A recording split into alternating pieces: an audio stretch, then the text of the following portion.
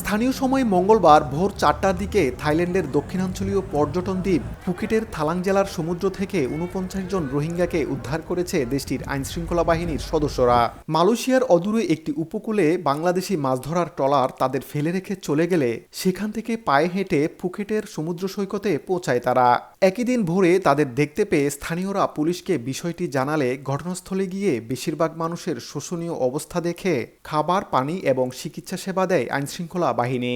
উদ্ধারকৃতদের মধ্যে ১৯ জন পুরুষ এবং ২৩ জন নারী, ১৫ বছরের কম বয়সী ১২ শিশুও রয়েছে।